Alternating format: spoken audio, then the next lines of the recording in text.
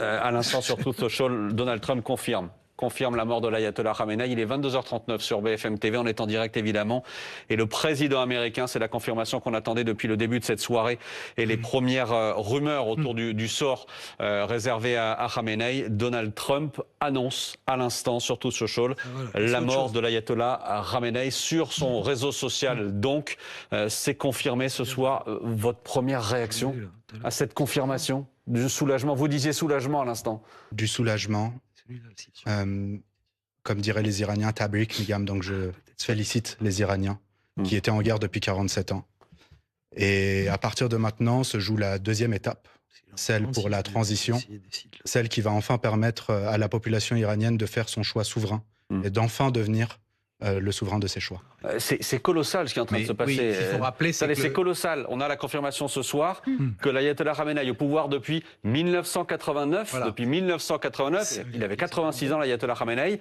Oui. Trump confirme ce soir qu'il est mort, Ulysse Gosset. Oui, pour Trump c'est essentiel parce qu'il a pris un risque énorme, il a fait un pari absolument sans précédent, c'est-à-dire celui de décapiter le régime et de mettre fin à la République islamique d'Iran telle qu'elle est depuis 1979.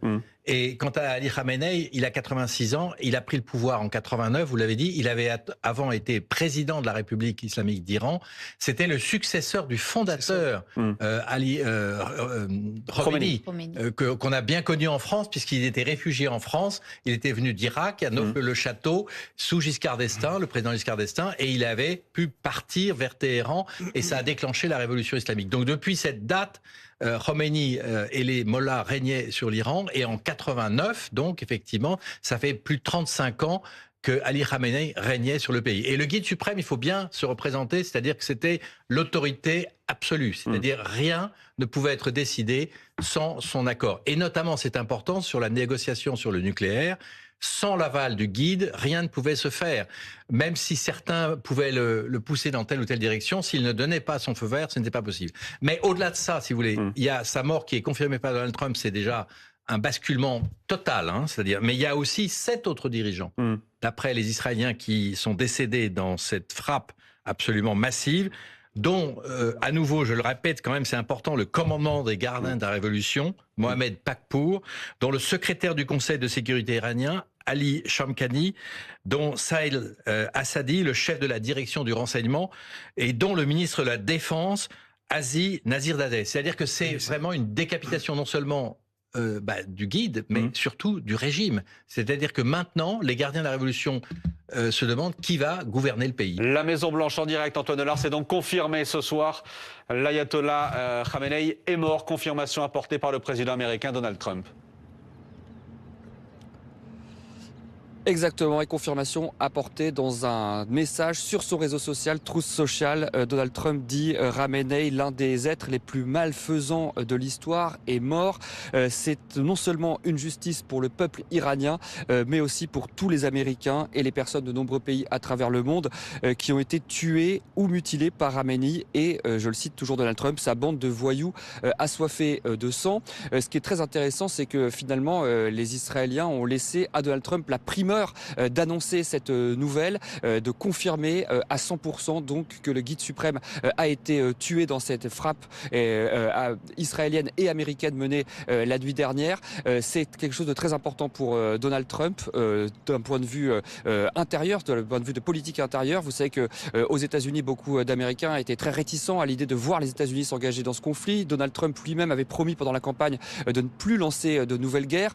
Ses électeurs n'avaient d'ailleurs pas voté pour lui pour qu'il soit le gendarme du monde. Mais là, la mort de Khamenei, ça change tout. Donald Trump rapporte le scalp de l'un des plus grands ennemis des États-Unis. Et au passage, il lave aussi, 47 ans plus tard, cet affront historique que les États-Unis avaient subi en 1979 avec la prise d'otage de leur ambassade. Alors, ce qui est intéressant dans ce message de Donald Trump, c'est que le président américain fait de la mort de Khamenei un exemple pour toutes les forces armées iraniennes.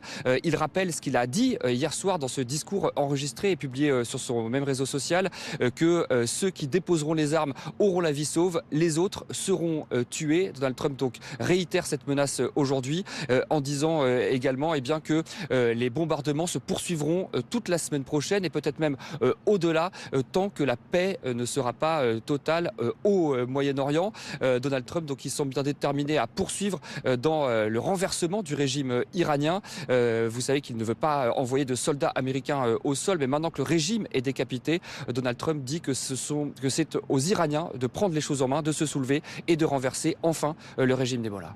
Je vous rappelle l'information principale de la soirée. L'ayatollah Khamenei, au pouvoir depuis 1989 en Iran, a donc été tué aujourd'hui dans des frappes israéliennes et américaines. L'information est confirmée à l'instant par Donald Trump sur ce message que vous voyez, message sur Truth Social, son réseau social. On va retrouver Siavosh Ghazi en direct de Téhéran, correspondant d'RFI et de France 24 sur place à Téhéran, avec donc Siavosh, cette information désormais confirmée, j'allais dire validée par le président américain, l'ayatollah Khamenei. Le guide suprême est mort. Oui, ici à Téhéran, les démentis se multiplient.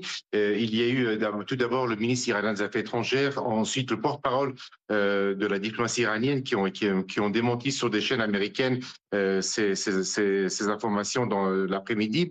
Et puis, depuis 2 heures maintenant, d'autres responsables sont intervenus également pour dire que tout cela, cette information faisait partie d'une guerre de propagande des ennemis qui subit des pertes et des échecs importants sur le plan militaire, et donc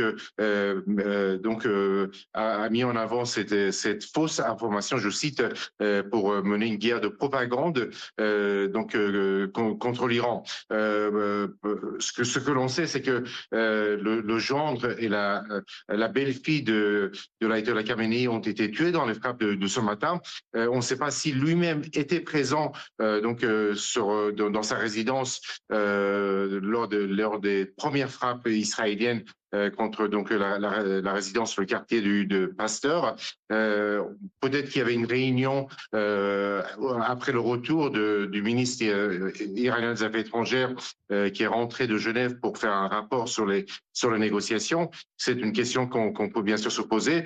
Et puis la question qu'on se pose ici également, c'est que pour l'instant, ni le président Pezeshkian ni l'ayatollah Khamenei n'ont pas apparu à la télévision. Le président Pezeshkian aurait pu, par exemple, venir à la télévision pour parler à la population, ou encore on aurait pu avoir un message même enregistré du guide suprême iranien, comme ça a été le cas ces derniers mois, où on l'a vu, où la télévision a donc diffusé des messages enregistrés à l'avance. Pour l'instant, c'est l'incertitude, mais les responsables iraniens démentent bien évidemment la mort du guide suprême iranien. Incertitude et démenti à Téhéran. Merci à vous, Siavosh Ghazi, en direct de Téhéran. Incertitude et démenti à Téhéran, mais confirmation du côté de Mar-a-Lago, en l'occurrence, et de Donald Trump, qui confirme donc la mort d'Ali Khamenei ce soir, le guide suprême, encore une fois, au pouvoir depuis 1989.